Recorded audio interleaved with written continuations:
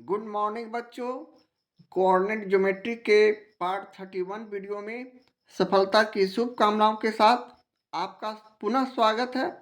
आइए, इसके पहले हम लोग एक्सरसाइज 7.3 के प्रश्न 20 तक का सॉल्यूशन पिछले एपिसोड में कर चुके हैं।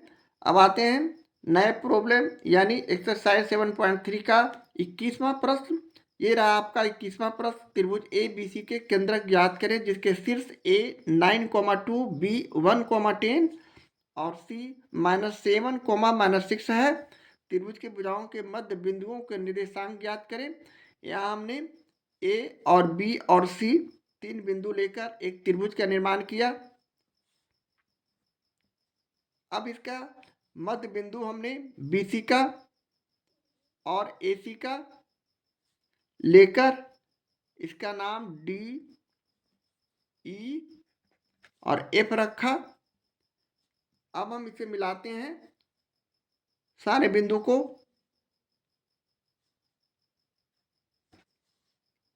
इसका हम इसके यहाँ मिलाते हैं और इसे हम यहाँ मिलाते हैं और ये हमारा ए डी माध्यिका हो गया। ये जो कटान बिंदु आया ये हमारा फॉल्स रेखा हो गया, गलती हो गया यहाँ। मान ली फिगर हमारा इस तरह बनेगा और इसका नाम हम पी रखते हुए हम इस प्रश्न के आधार पर पी का निर्देशांक डी ई एफ बिंदु का निर्देशांक निकालेंगे। तो चलिए इसे हम भाषा का रूप उसी तरह देते हैं और सबसे पहले ए का नियामक जो प्रश्न में दिया हुआ लिखते हैं यानी 9,2, बी का नियामक 1,10, सी का नियामक -7, -6। अब हम इसे उसी तरह भाषा में लिखकर आगे प्रॉब्लम को ले जाते हैं। यानी मान लिया कि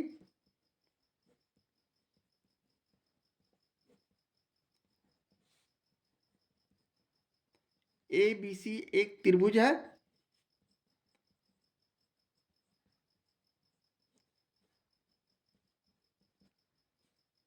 जिसके केंद्रक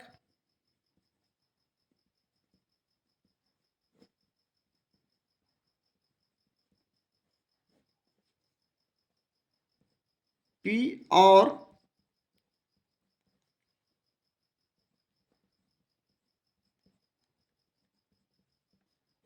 भुजाओं के मध्य बिंदु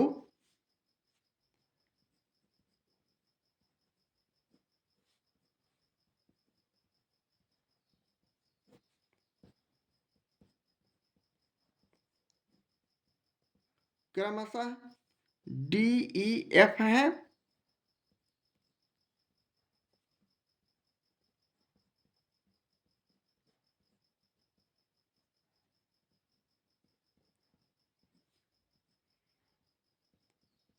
जहां ए का नियामक प्रश्न से मालूम है जो कि है 9,2, बी का भी नियामक हमें मालूम है वह है 1,10 और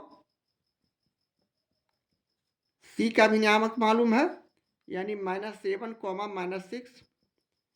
जबकि यहाँ हम इस आधार पर x1 बराबर, x2 बराबर, x3 बराबर, y1 बराबर, y2 बराबर, y3 बराबर लिख सकते हैं।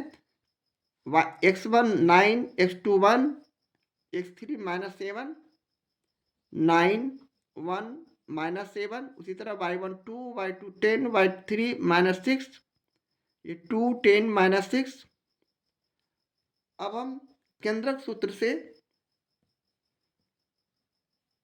चूंकि केंद्रक सूत्र हम जानते हैं,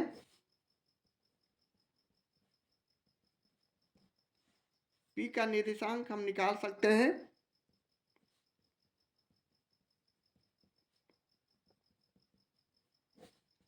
यानी x1 plus x2 plus x3/3, y1 plus y2 plus y3/3। अब हम x1 plus x2 plus x3 का मान रखते हैं यानी 9 + 1 + -7 बटे 3। उसी तरह y1 plus y2 plus y3 हमारे पास है 2 प्लस 10 और प्लस -6। इसे हम आगे हल करते हैं तो ये 10 और ये -7 बटे 3 हो जाएंगे।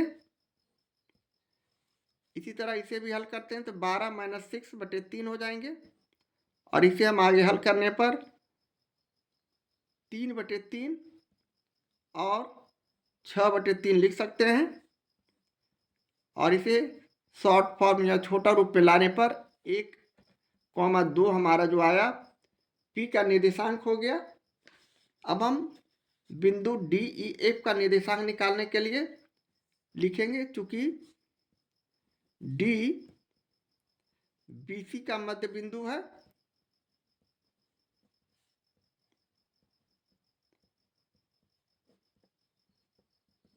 इसलिए मध्य बिंदु सूत्र से हम इसे D का निर्देशांक निकाल सकते हैं,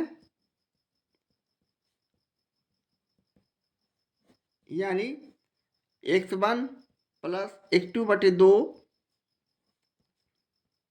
y1 प्लस y2 बटे 2 हमारा D का निर्देशांक का सूत्र है मध्य बिंदु सूत्र से।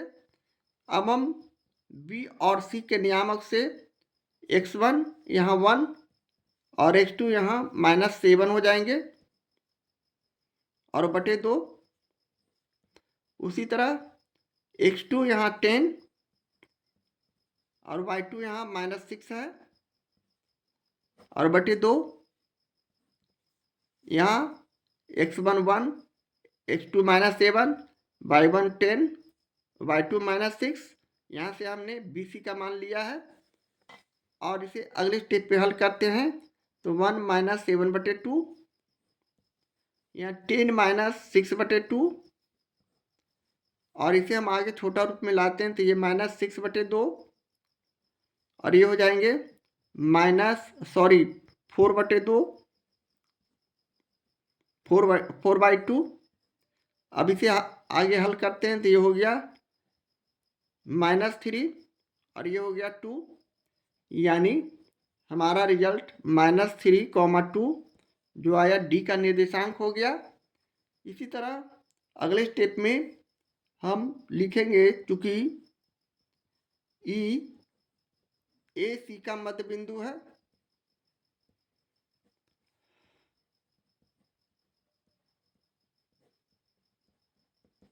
तो अब हम E का निर्देशांक उसी तरह मध्य बिंदु सूत्र से निकाल सकते हैं।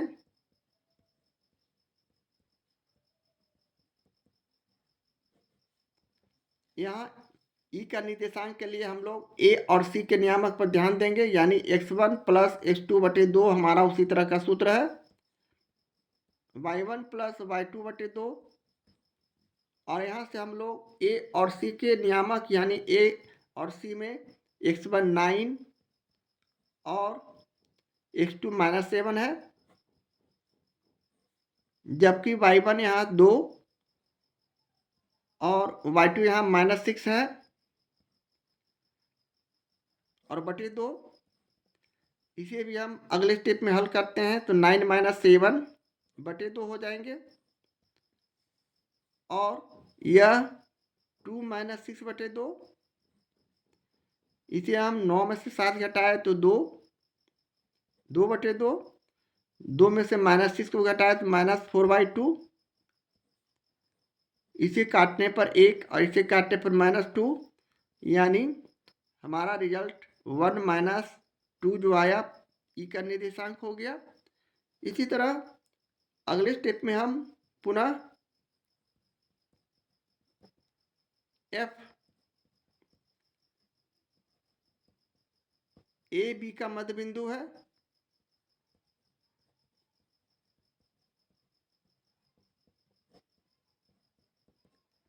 इस तरह F का भी निर्देशांक उसी तरह निकाल सकते हैं।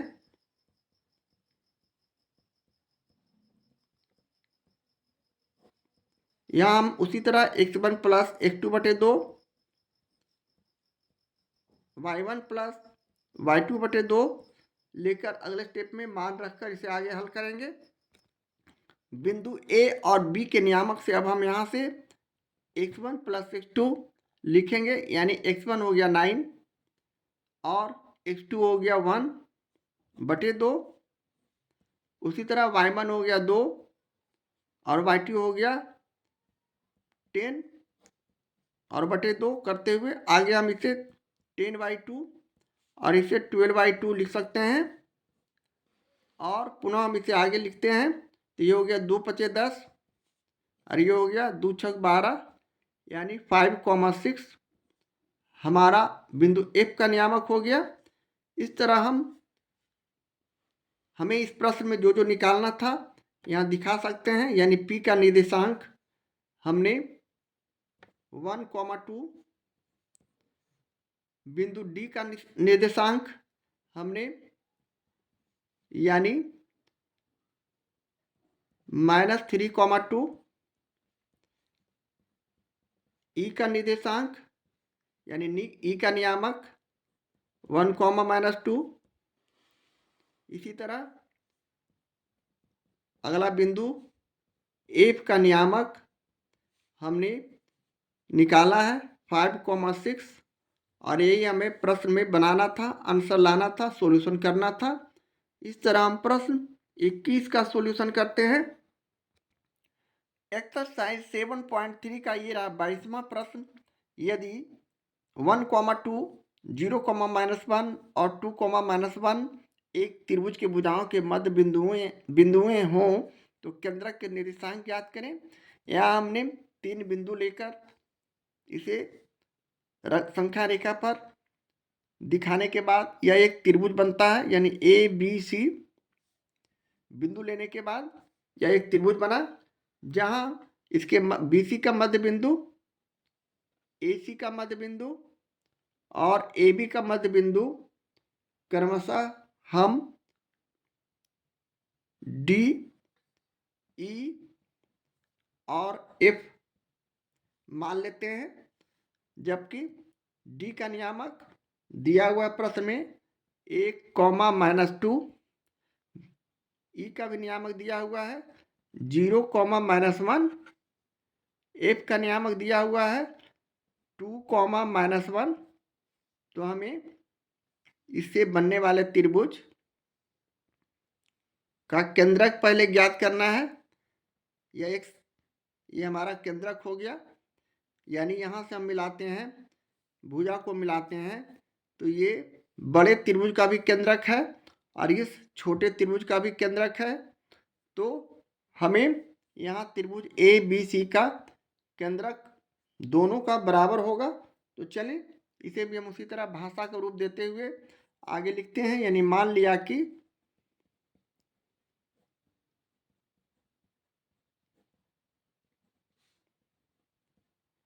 ABC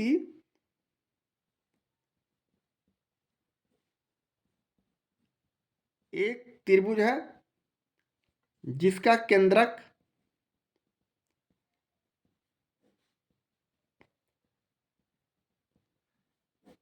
हम इसे P मान लेते हैं और ये हमें निकालना है इसका निर्देशांक, P मान लेते हैं सॉरी, और निकालना है निर्देशांक इसी केंद्रक का। तो अब हम जिसका केंद्रक P और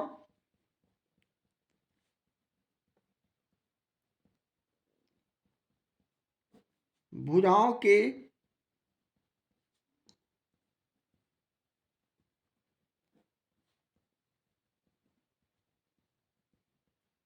मध्य बिंदु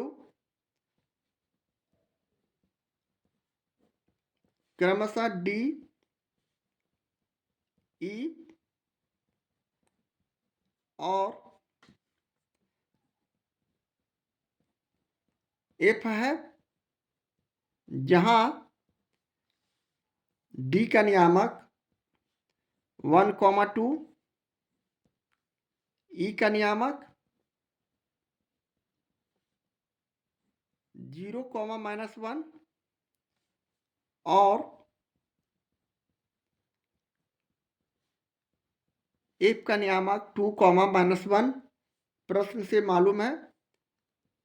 यहाँ हम x1 बराबर x2 बराबर x3 बराबर और y1 बराबर y2 बराबर y3 लिख सकते हैं। यहाँ x1 हो गया 1, x2 हो गया 0, x3 हो गया 2, यानी 1 0 2। उसी तरह y1 हो गया 2, y2 हो गया -1, y3 हो गया -1, यानी 2 -1 -1। अब हम लिख सकते हैं, चूंकि त्रिभुज ए बी सी का केंद्रक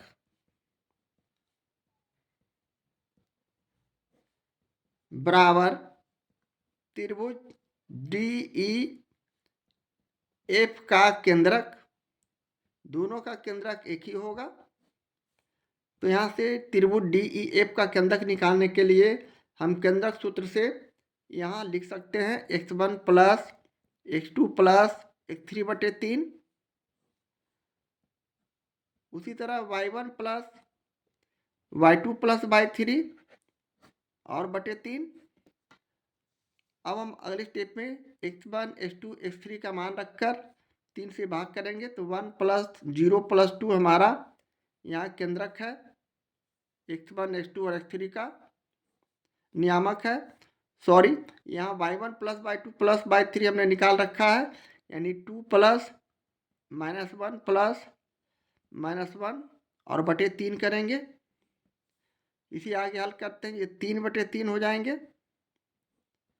जबकि यहाँ 2 प्लस -1 और -1 को जोड़ते हैं तो ये हो जाता है -2 और 2 को हम यहाँ जोड़ते हैं तो ये हो जाएंगे 0/3। और इसे हम अगले स्टेप में 1, 0 भी लिख सकते हैं। यहाँ 1 1 काटने के बाद 0/3 बराबर 0। इस तरह 1 और 0 जो आया हमारा त्रिभुज ए बी सी का केंद्रक हो गया। ये हमें प्रश्न से निकालना था और ये हमारे प्रश्न का सॉल्यूशन है। इस तरह हम लिख सकते हैं पी नियामक 1 और 0, जो कि पी हमने केंद्रक माना है और ये हमारे प्रश्न का सॉल्यूशन है, आंसर है। इस तरह हम प्रश्न 22 का सॉल्यूशन करते हैं। एक्सरसाइज 7.3 का ये रहा 23वां प्रश्न। सिद्ध करें कि a -3, 2 b का नियामक -5, -5 c का नियामक 2, -3 और d का नियामक 4, -4, 4 एक समचतुर्भुज के शीर्ष हैं। तो सबसे पहले एक समचतुर्भुज हम यहाँ बनाएंगे। सपोज दैट a बिंदु हमारा हो गया और दूसरा बिंदु इस तरह, ये हमारा a हो गया,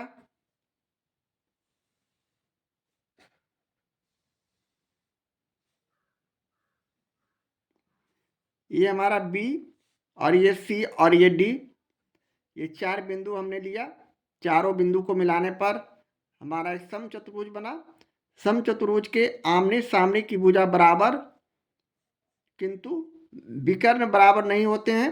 ये हमारा BD विकर्ण हो गया और ये AC विकर्ण हो गया, यानी विकर्ण बराबर नहीं होना चाहिए, भुजा बराबर होना चाहिए। तो सबसे पहले हम लोग इसे नियामक दिखाते हैं। ए का नियामक -3, 2, बी का नियामक -5, -5, सी का नियामक 2, -3, डी का नियामक उसी तरह 4, 4 लिखने के बाद हम इसे यहाँ से ए बी बराबर बी सी बराबर सी डी बराबर ए डी निकालेंगे और विकर्ण A C is not equal to B D करेंगे। विकर्ण बराबर नहीं होना चाहिए समचतुर्भुज में। तो यहाँ हम इसी तरह लिखते हैं, मान लिया कि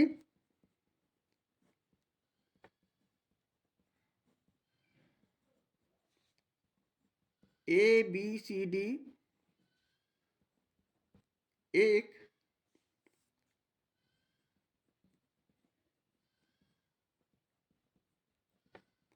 समचतुर्भुज है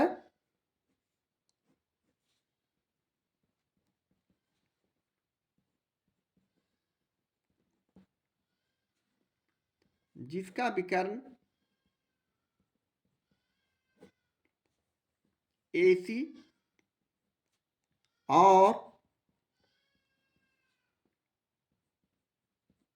BD है। ACA हो गया और BDA हो गया।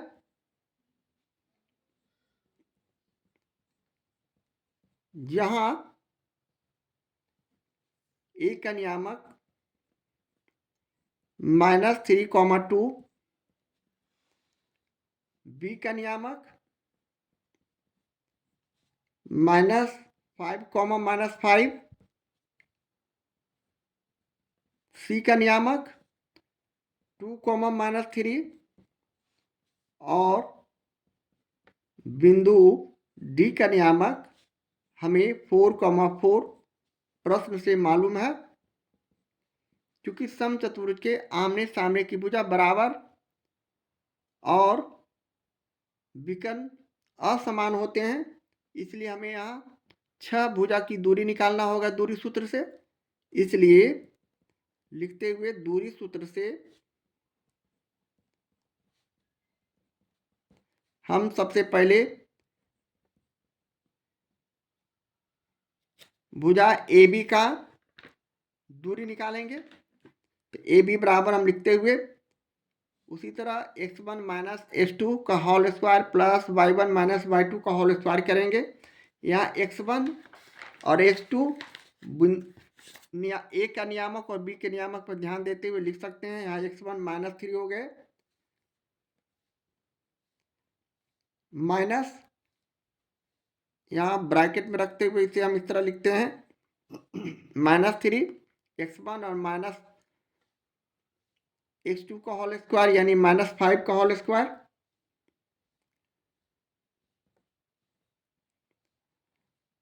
प्लस y1 माइनस y2 यानी y1 यहाँ हो गया 2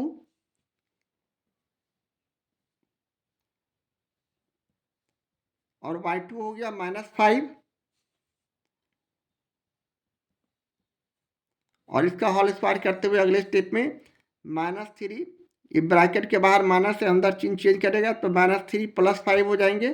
-3 में 5 को चला गया तो हमारा रिजल्ट हो गया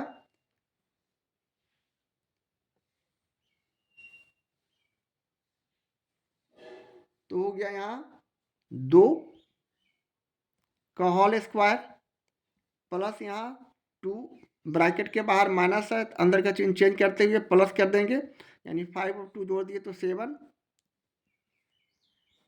ये हो गया 4 और ये हो गया 49। अब इसे हम जोड़ते हैं तो हमारा रिजल्ट हो जाएगा 49 और 4 यानी 53 √53 वर्ग। ये हो गया वर्गमूल 53 AB का दूरी। उसी तरह BC का निकालेंगे। B और C के नियामक के आधार पर x1 -5 और x2 2 हो गए तो -5 और -2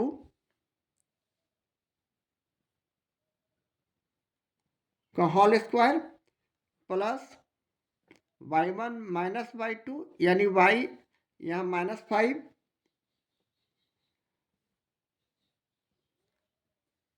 और y2 हमारा हो गया -3 इसका भी होल स्क्वायर। अब हम इसे अगले स्टेप में -5 -2 को यहाँ जोड़ देंगे तो -7 का होल स्क्वायर प्लस यहाँ -5 ब्रैकेट के बाहर माइनस है अंदर का चिन्ह चेंज करते हुए प्लस कर देंगे यानी -5 + 3 तो यहाँ हो जाएंगे -2।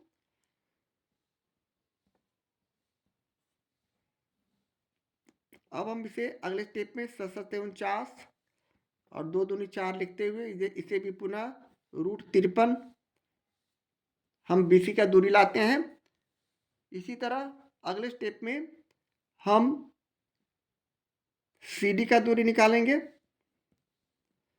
C और D के नियामक पर ध्यान देते हुए हम x1 यहाँ 2 -4 का होल स्क्वायर प्लस -3 -4 का होल स्क्वायर लिख सकते हैं।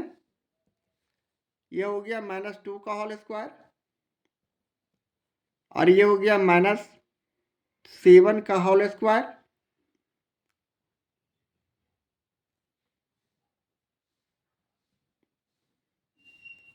और इसका अंडर रूट करते हुए हम अगले स्टेप में ये 4 और ये +49, यह भी √53 आ चुका है।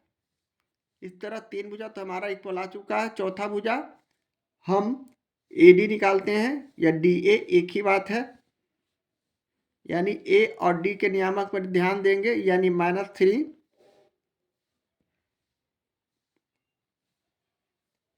-4 का होल स्क्वायर प्लस y1, यहाँ हो गया 2, y2 हो गया 4,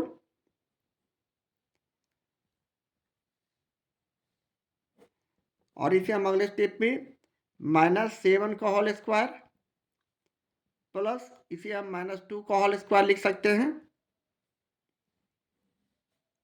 अब इसे हम 49 + 4 लिखकर इसे भी हम √53 के रूप में पा रहे हैं, यानी भुजा AB, BC, CD और AD का मान इक्वल आ चुका है। तो अब हम विकर्ण की जांच करते हैं। विकर्ण हमारा है AC और is not equal to BD लाएंगे। इस कंडीशन को भी यह प्रॉब्लम फॉलो करता है, तो हम इस आधार पर इसे कह सकते हैं चतुर्भुज ABCD एक समचतुर्भुज के शीर्ष है। तो यहाँ AC और BD का दूरी निकालेंगे उसी तरह दूरी सूत्र से। A का नियामक -3 x1 हो गया, माइनस यहाँ 2 का होल स्क्वायर, -3 -2 का होल स्क्वायर प्लस उसी तरह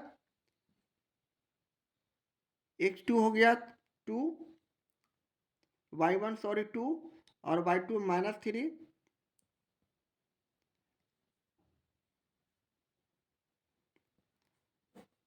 ये हो गया AC का दूरी is not equal to BD का लिखेंगे उसी तरह, यानी B और D के नियामक पर ध्यान देते हुए हम यहाँ x1 के रूप में -5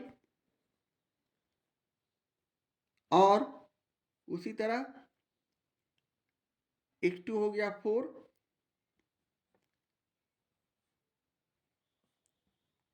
प्लस उसी तरह y1 यहाँ हो गया -5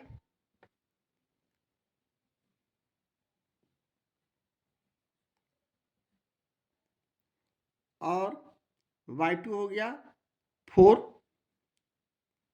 का होल स्क्वायर। अब हम पुनः अगले स्टेप में -3 और -2 दोनों को हम ब्रैकेट हटाते हैं तो -5 का होल स्क्वायर प्लस यहाँ 2 ब्रैकेट के बाहर माइनस है तो अंदर का चिन्ह चेंज करते हुए +3, यानी यह भी 5। इसी तरह राइट हैंड साइड में भी हम -5 -4 यानी -9 हो जाएंगे होल स्क्वायर, प्लस यहाँ भी -5 -4 यानी -9 का होल स्क्वायर, और अगले स्टेप पे इसे हम 25 और इसे भी 25 लिख सकते हैं। इसी तरह इसे भी 81, 9 9 81 और इसे भी 81 लिख सकते हैं। ये हो जाएंगे 50 अंडर रूट और ये हो जाएगा 81 81 यानी 162। इस तरह हम देख रहे हैं left hand side is not equal to right hand side. इस आधार पर हम कह सकते हैं AC is not equal to BD। इस प्रकार हम AB बराबर BC बराबर CD बराबर AD बराबर √53 और AC is not equal to B D हम यहाँ पाते हैं, इसलिए इस आधार पर लिख सकते हैं। अतः ए बी सी डी एक समचतुर्भुज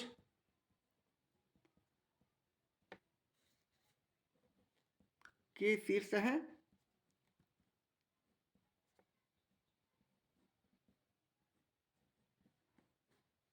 और ये हमें प्रश्न का सॉल्यूशन है, आंसर है, ये हमें साबित करना था। इस तरह हम प्रश्न 23 का सॉल्यूशन करते हैं।